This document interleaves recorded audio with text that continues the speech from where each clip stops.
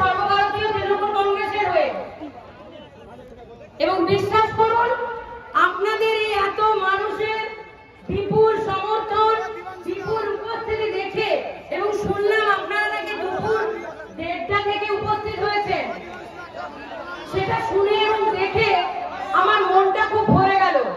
তার কারণ আমি অনেক দূরে ছিলাম, সুদূর বীরভূম থেকে আসছি আপনাদের কাছে, তাই একটু দেরি হয়ে গেল।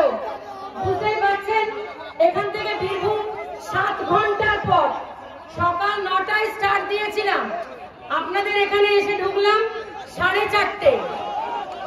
কিন্তু শরীর ক্লান্ত হয়ে গেছিল, কিন্তু আপনাদেরকে দেখে আমার সেই ক্লান্তি নিমেষে দূর হয়ে গেল। আজকে এমন একজনের মাটিতে এসেছি, মানে এই মাটি ঈশ্বরচন্দ্র বিদ্যাসাগরের মাটি। আবার মানে বলতে এবং ভাবতে খুব লজ্জা হচ্ছে যে এটা একজন গদ্দার বেঈমানের মাটি। যে গদ্দার বেঈমান, স্বার্থপর, পাল্টিবাজ, ধান্দাবাজ এবং ঘুঘু। আর যারা এখানে কেউ যদি 2-1জন হিন্দি ভাষী থাকেন, তাদের ভাষায় বলতে গেলে লালচি, মানে গ্রিডি। তো সেই একজনের মাটি, এটা বলতে সত্যি আমার খুব লজ্জা হচ্ছে। কিন্তু কি বলুন তো, আমরা তো মা মাটি মানুষ পরিবার। তো একজন মা যেরকম একজন ডাক্তারেরও মা হয়, আবার একজন ডাকাতেরও মা হয়, তো সেই রকমই আপনাদের মতন এত এত মানুষ, তাদেরও মা হচ্ছে এই মাটি। আবার ওই যে মিস্টার অধিকারী, যে 3-4 বছর ধরে জল মাপছিল যে কিভাবে ঝাঁপ দেব বাঁচির থেকে, সুযোগ সামলানো। আজ বলুন তো, আপনাদের দয়ার দান, মমতা বন্দ্যোপাধ্যায় দয়ার দানে কি ভোগ করেনি তার গোটা পরিবার এখনো পর্যন্ত লুটে পুটে খাচ্ছে। এবং সেই নির্লজ্জ তারপরে বলে কিনা নাকি বঞ্চনার শিকার। একদম ঠিক। কেন জানেন? কারণ 10 বছর তৃণমূল কংগ্রেসটা করার পর তার মনে হয়েছে যে পশ্চিমবঙ্গের জনগণ তৃণমূল কংগ্রেসে একজনকেই মুখ্যমন্ত্রী মানবে, তার নাম আমাদের প্রিয় নেত্রী মমতা বন্দ্যোপাধ্যায়। এছাড়া যখন উনি বুঝলেন যে ভাই মুখ্যমন্ত্রী হওয়াটা তো যাবে না, ওইদিকে নারদার চুরির বকলসটাও গলায় ঘুরছে। দেখবেন গোয়াল ঘরে গরু বাঁধা থাকে, গরুর আমরা কি বকলস দিয়ে রাখি, কেন না ওটা ঠিক ঘরে ফিরবে এই ভেবে, চিনতে পারি এটা আমার বাড়ির গরু বলে। তেমনি যখন নারদা, সিবিআই, ইডি সবকিছু চুরির হাত থেকে বাঁচতে তাকে পাল্টি মারতে হলো। 10 বছর ধরে MLA, MP, minister, chairman, chairperson এবং নির্লজ্জের মতো আমাদের যুব নেতা অভিষেক বন্দ্যোপাধ্যায়কে তিনি ভাইপো বলে কটাক্ষ করেন, গালি দেন। সেই ভাইপো অভিষেক বন্দ্যোপাধ্যায় আমাদের প্রিয় নেতা, যিনি যুব সভাপতি, সেই পদটাও কিন্তু আপনাদের এখানে আর গদ্দার এক সময় ভোগ করেছেন। এত কিছু ভোগ করার পর তার মনে হয়েছে যে তার গোটা পরিবারে, মানে একটা সময় কথা প্রচলিত ছিল যে ওনাদের বাড়ির কুকুরটা ছাড়া নাকি বাকি সবাই পদে আছে। ছিল প্রচলিত কথা, বলুন সত্যি কথা, বলতো কিনা যে অধিকারীদের বাড়ির ডগিটা ছাড়া সবাই পদে আছে। তো এত কিছু পাওয়ার পরেও তার মনে হলো যে আমাদের প্রিয় নেত্রী, আমাদের তৃণমূল কংগ্রেস পরিবার এবং সবচেয়ে বড় কথা এই পূর্ব মেদিনীপুরের আপামর জনগণ, তাদেরকে উনি বিট্রে করবেন, তাদেরকে উনি ঠকাবেন এবং আপনাদের লড়াইয়ের রক্ততে উনি জল ঢেলে দিলেন। ওনার তো অসুবিধা নেই, উনি দেখুন নাকি নিজেকে বলেন জননেতা। বন্ধু, জননেতা কাকে বলে এটা আপনাদেরকে বুঝতে হবে না। জননেতা তাকেই বলে যে দুর্দিনে দলের কাণ্ডারি হয়। আর জননেতা বানায় কারা? না এই আপনাদের মতন আপামর জনতা। নিজেকে নেতা বলে নেতা হওয়া যায় না। আপনারা নেতা বানান আর আপনারা এমএলএ এমপি মিনিস্টার বানান, তাই আপনাদের চরণে আমার শতকোটি প্রণাম। এবার সেই জননেতা যাকে আমি মনে করি সে জননেতা তো নয়, সে বেলুন চুপসে যাওয়া ফুটো নেতা। তাই জন্যই তার মনে হলো যে তৃণমূলের বড় দুর্দিন, তাই এখন সুদিনের দল বিজেপিতে ঝাঁপ মারতে হবে।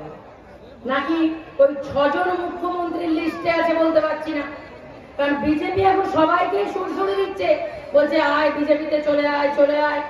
এবার মমতা বন্দ্যোপাধ্যায় রান্না করতে করতে ঝুলতে দেখছেন পচা আলু, পচা ডিম, ঠিক আছে পচা বেগুন, উনি জানলা থেকে ছুঁড়ে মারছেন। বিজেপির রাজ্যের কেন্দ্রের নেতারা ঝুড়ি নিয়ে দাঁড়িয়ে লুপে নিচ্ছে, দিয়ে সেই পচা ডিম, পচা আলু, পচা বেগুন দিয়ে বিজেপি নিজেদের বাগান সাজাচ্ছে।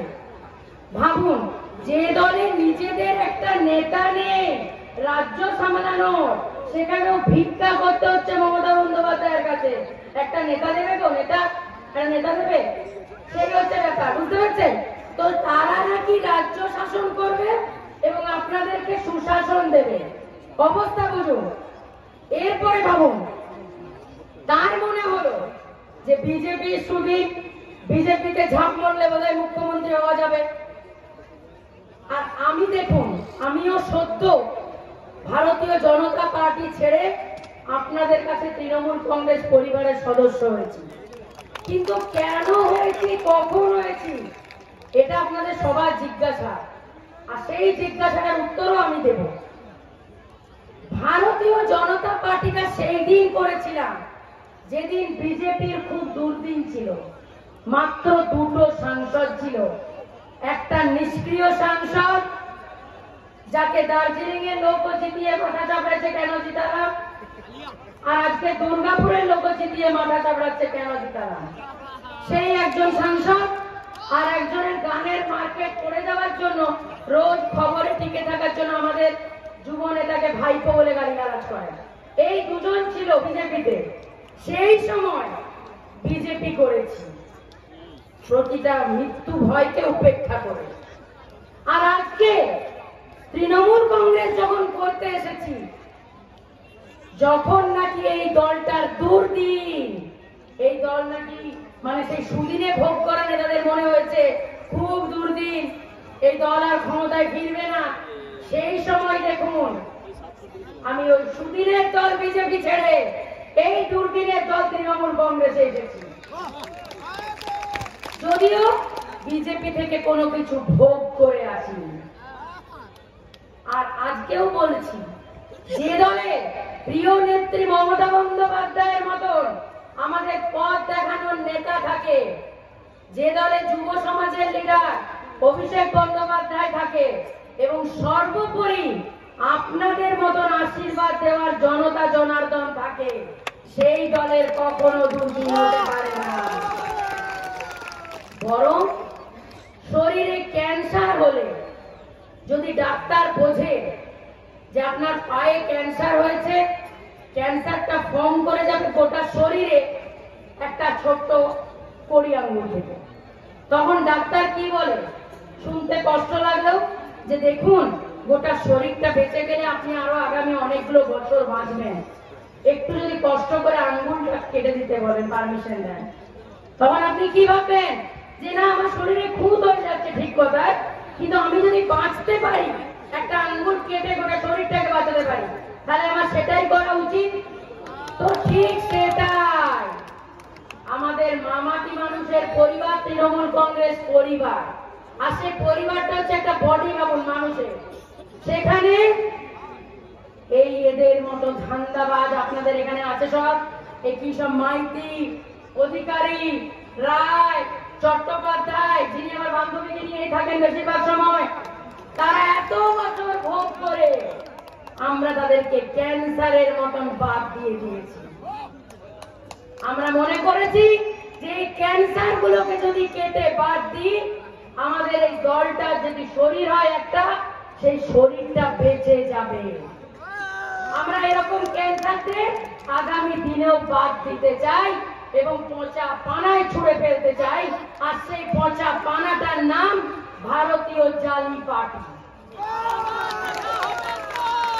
ঠিক আছে, তো তারা যত তাড়াতাড়ি পেরিয়ে খালি করে দেবে, আমাদের গঙ্গা জলের মতো দলটা পবিত্র শুদ্ধ হয়ে যাবে। বেনজলরা বেরিয়ে যাওয়াই ভালো, ঠিক তাই কিনা? বেনজল থাকলে গঙ্গা জল দূষিত হয়ে যায়, তাই বেনজল বেরিয়ে যাক।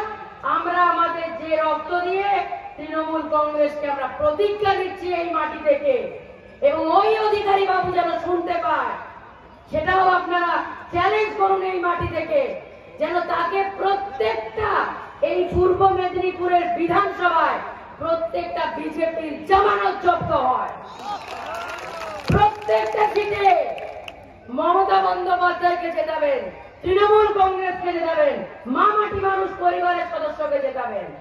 এবং ওই যে ধান্দাবাজ যারা হিন্দু মুসলিমে লড়াই করায়, হিন্দুদের জাতে জাতে লড়াই করায় এবং সতী নারীদের ঘর ভাঙিয়ে ওই মেয়রের বান্ধবী অসতী ঘর ভাঙানিদের পুজো করিয়ে নেত্রী বানায়, সেই দলকে ছুঁড়ে ফেলে দেবেন। কারণ যারা নারীর চোখের জলের দাম দিতে পারে না, তাদের ক্ষমতায় থাকার অধিকার নেই। ভাবতে পারছেন তাদেরকে নেত্রী বানাচ্ছে না? অসতী ঘর ভাঙানি আমরা মেয়েরা মেনে নেব, সেই রকম কাউকে ছেলেরাও মেনে নেবে না, কারণ তারাও এক একটা করে পরিবার থেকে আসে। তা কত দুর্দশা বুঝুন, কতটাই নেতা নেত্রীর অভাব। মমতা লাঠি মেরে তাড়িয়ে দিয়েছে, বলেছে যাও, দুশ্চরিত্রদের আমার দলে জায়গা নেই। ঠিক আছে, তাকেও দেখুন বিজেপিকে তেল মেরে পুজো দিয়ে নেত্রী বানাতে হচ্ছে। তাহলে এই দলটা আগামী দিন আমার আপনার যন্ত্রণা বুঝবে? যে যন্ত্রণা বুঝলোই না যদি, তাহলে যন্ত্রণাটা ঘোচাবে কি করে? তাই একটাই কথা বলছি, আমাদের সাথে যিনি থাকেন, জনতার সাথে মমতা, সেটা সবসময় মাথায় রাখবেন। যে আমাদের নেত্রী এই 65 বছর বয়সেও আমাদের সাথে রাস্তায় হেঁটে চলেন।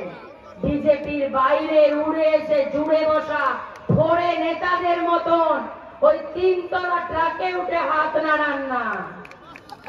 আমরা এখনো আমাদের প্রিয় নেত্রীকে ছুঁয়ে দেখতে পারি এবং উনিও আপনাদের গায়ের গন্ধ নিজের নাকে অনুভব করেন। আর ওই 3 তলায় বসে থাকা নেতারা, তারা হেলিকপ্টারে নামে, হাত নাড়ে, আবার হেলিকপ্টারে করে চলে যায়। তাই একদম এই বাহারি বাবু, বহিরাগত, যারা আমাদের রাজ্যের ভোটার নয়, যারা আমাদের রাজ্যে থাকে না, শুধু আমাদেরকে টুপি পরিয়ে বাংলাটাকে শেষ করার জন্য, বাংলাকে গোদরা বানানোর জন্য, হাতরস বানানোর জন্য যারা চক্রান্ত করছে, তাদেরকে ভুল করেও একটা ভোটও দেবেন না। কারণ বিজেপি ঘর ভাঙাতে পারে, ঘর জুড়তে পারে না। তাই জন্য দেখুন, আমি শুধু দল ত্যাগ করার জন্য যে সাংসদ স্বামীকে আমি নিজের রক্ত দিয়ে জিতিয়েছিলাম, আজকে তার দলের নেতাদেরকে, তাকে বউকে অফিসিয়ালি 3 তালাক বিরোধী যে দল নাকি আমার মুসলিম মা বোনেদের সাথে 3 তালাক উঠিয়ে দিয়েছে, সেই দলের সাংসদকে জানি না পদ বাঁচানোর জন্য না বিজেপির এটা কালচার, সেই জন্য তাকে ওপেন টিভিতে প্রেস মিট করে তাকে ডিভোর্স ঘোষণা করতে হচ্ছে। মানেটা কি বন্ধু? হিন্দিতে তালাক আর বাংলায় দিচ্ছে, তাই তো?